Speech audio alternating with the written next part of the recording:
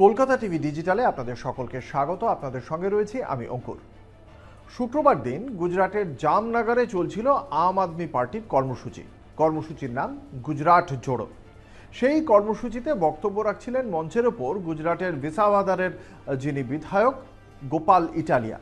হঠাৎ করেই উপস্থিত দর্শকদের মধ্য থেকে এক যুবক হঠাৎ করেই তার দিকে একটি জুতো ছুঁড়ে মারে এবং তারপরেই ওই যুবকের ওপর আম আদমি পার্টির কর্মী সমর্থকরা ঝাঁপিয়ে পড়ে, তার উপর হামলা হয়। পরিস্থিতি সামাল দিতে, সেই বিশৃঙ্খলাকে সামাল দিতে উপস্থিত হয় পুলিশ।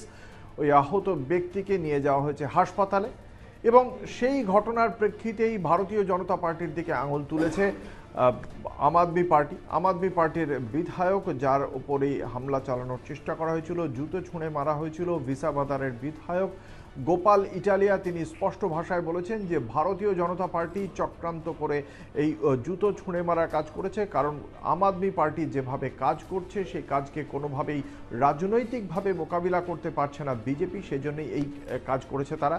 যদিও যে ভিডিও ভাইরাল হয়েছে যেখানে দেখা যাচ্ছে ওই যুবক জুতো ছুঁড়ে মারছে, সেই ভিডিওর সত্যতা যাচাই করেনি কলকাতা টিভি, কিন্তু যে যুবক, সেই যুবকের নাম ছত্রপাল সিং জাডেজা। তিনি আদতে একজন কংগ্রেসের কর্মী। 2022-এর বিধানসভা নির্বাচন যদি আমরা দেখি, তার পরবর্তী বিধানসভা নির্বাচন 2027-এ গুজরাটে, কিন্তু 2022-এর বিধানসভা নির্বাচনে 4টি মাত্র আসন পেলেও আম আদমি পার্টি ভালো রেজাল্ট করেছিল। প্রায় 12% ভোট পেয়েছিল গুজরাটে প্রথমবার নির্বাচনে প্রতিদ্বন্দ্বিতা করেই, আর সেবার প্রায় 52% ভোট পেয়েছিল বিজেপি, 28% ভোট পায় কংগ্রেস। ফলে কংগ্রেস এবং বিজেপি তারা আম আদমি পার্টিকে নিয়ে চিন্তিত হয়ে এই ধরনের হামলা করছে, এমনই একটি বক্তব্য রেখেছেন আম আদমি পার্টির প্রধান নেতা অরবিন্দ কেজরিওয়াল।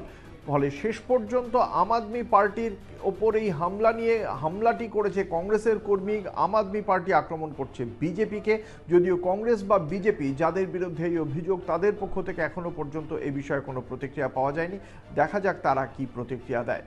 এমনই সব খবরের জন্য চোখ রাখুন কলকাতা টিভি ও কলকাতা টিভি ডিজিটালে। রাত দিন 7 দিন।